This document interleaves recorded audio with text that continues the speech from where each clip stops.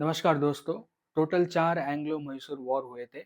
इसके बारे में हमें पता होना चाहिए, तो इसके बारे में मैं आपको आज इन्फॉर्मेशन बताऊंगा। तो देखिए, जो पहला वॉर हुआ था वो 1767 से लेके 1769 तक पहली जो अंग्रेजों के बीच में और मैसूर के बीच में लड़ाई हुई थी वो इस दौरान हुई थी। दूसरी जो लड़ाई हुई थी 1780 से लेके 1784 तक। तीसरी लड़ाई 1790 से लेके 1792 तक हुई थी, और जो अंतिम लड़ाई हुई थी वो 1799 में हुई थी। यानी 4 युद्ध हुए थे। तो जो पहला युद्ध हुआ था 1767 से लेके 1769 तक, ओके, तो इसमें हैदर अली जो कि मैसूर के सुल्तान थे उनकी जीत हो जाती है। ओके, हैदर अली के साथ निज़ाम और मराठा भी थे। ओके, तो हैदर अली, निज़ाम और मराठा इन्होंने मिलकर अंग्रेजों को हराया था पहले एंग्लो मैसूर वॉर में। इसका परिणाम क्या हुआ? इसका परिणाम ये हुआ कि मद्रास की संधि हुई। अंग्रेजों को अपनी हार माननी पड़ी और मैसूर को मदद करने का वादा अंग्रेजों को करना पड़ा।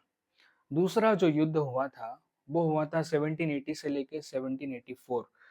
इस दौरान इसमें भी जो हैदर अली है इनका साथ निजाम और मराठा ने दिया था, और अंग्रेज जो है ये युद्ध जीत नहीं पाए। साथ ही साथ जो सुल्तान है, मैसूर के सुल्तान हैदर अली, ये भी ये युद्ध जीत नहीं पाए। देखिए, जो दूसरा युद्ध हुआ था ना, एंग्लो मैसूर वॉर, ये ड्रॉ हो गया था, यानी अनिर्णित था।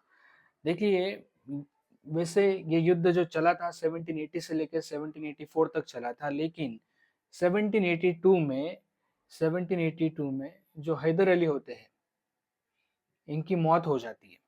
ओके, युद्ध के दौरान इनकी मौत हो जाती है। तो 1782 से लेके 1784 तक मैसूर के जो सुल्तान थे वो थे टीपू सुल्तान। यानी कहने का तात्पर्य ये है कि 1782 में जब हैदर अली जी की मृत्यु हो जाती है तो उनके बेटे टीपू ये मैसूर के नए सुल्तान बनते हैं।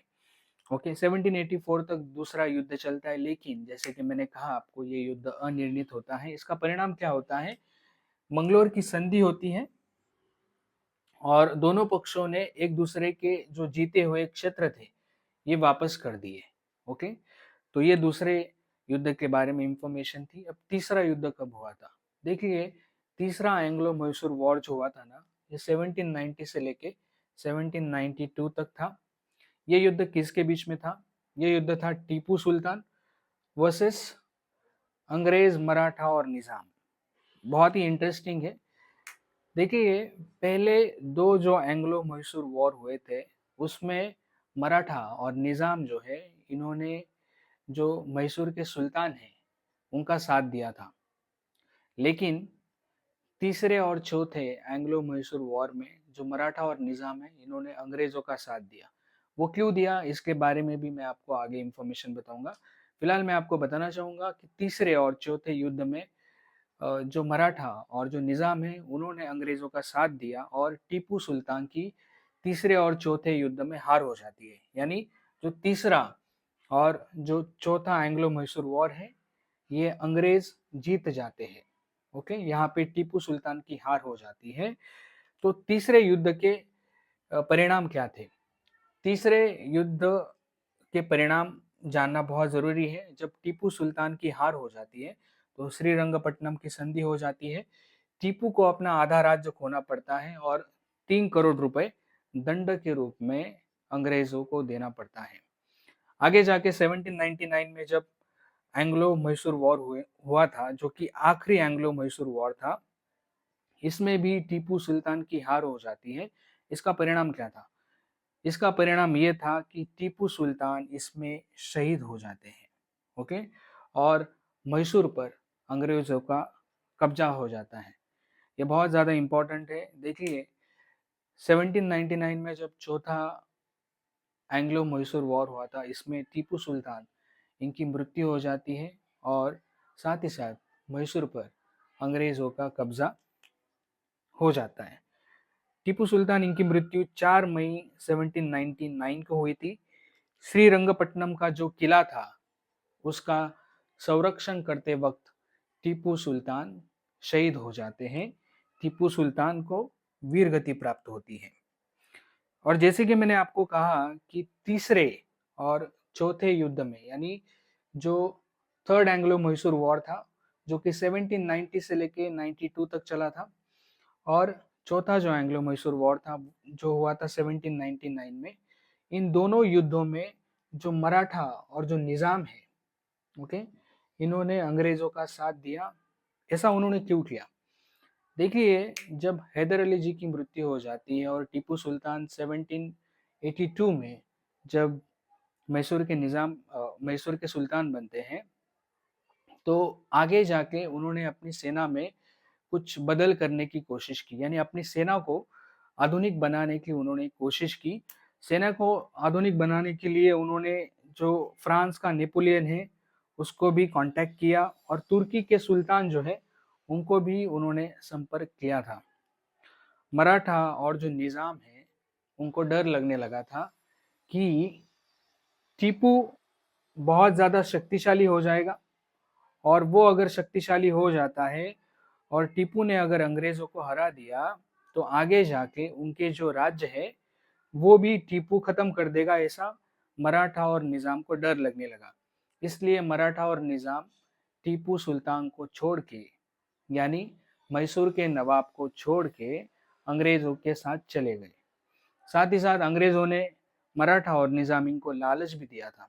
अंग्रेजों ने मराठा और निजाम को कहा कि अगर वो उनकी मदद करते हैं तो टीपू को हराने के बाद टीपू टीपू सुल्तान का जो राज्य है उसका बंटवारा किया जाएगा, उसके राज्य का हिस्सा और जो धन है ये निजाम और मराठा में बांटा जाएगा। तो इसलिए जो मराठा और निजाम है, इन्होंने तीसरे और चौथे एंग्लो मैसूर वॉर में अंग्रेजों का साथ दिया था। तो ये छोटी सी इंफॉर्मेशन थी चारों एंग्लो मैसूर वॉर के बारे में। आप यहाँ पे पढ़ सकते हो, यहाँ पे मैंने डिटेल में इंफॉर्मेशन दी है। एक चार्ट मैंने तैयार किया है जिससे कि आपको इंफॉर्मेशन समझने में आसानी होगी। देखिए, चार्ट में सबसे पहले मैंने यहाँ पे ईयर दिए हैं कि कौन से साल में पहला युद्ध, दूसरा युद्ध, तीसरा युद्ध और चौथा युद्ध हुआ था, किसके बीच में ये युद्ध हुआ था, who versus who. Okay, who versus who यानी किनके बीच में ये युद्ध हुआ था। साथ ही साथ जो विजेता है, विनर कौन था, इसके बारे में भी मैंने यहाँ पे इंफॉर्मेशन दी है, और उस युद्ध का परिणाम क्या था इसके बारे में भी मैंने इंफॉर्मेशन दी है। तो मैं रिक्वेस्ट करूंगा कि आप इसे ज़रूर पढ़िए। आप चाहे तो इसका स्क्रीनशॉट लेके रख सकते हो, जो कि आपके लिए बेनिफिशियल होगा, क्योंकि बहुत लोगों का कंफ्यूजन होता है। बहुत लोगों को ऐसा लगता है कि जब टीपू सुल्तान सुल्तान बने 1782 में, उसी युद्ध में उनकी मौत हो गई। तो ऐसा बिल्कुल भी नहीं है। देखिए, 1782 में टीपू सुल्तान हैदर अली जी, इनकी जब मृत्यु हुई, उनकी मृत्यु के बाद टीपू जो है ये मैसूर के सुल्तान बने, और उनकी जो मृत्यु है 1799 के आखिरी एंग्लो मैसूर वॉर में हुई थी। श्रीरंगपट्टनम का जो किला है उसका संरक्षण करते वक्त टीपू सुल्तान इनकी मृत्यु हो जाती है, और मृत्यु कब होती है? 4 मई 1799 को।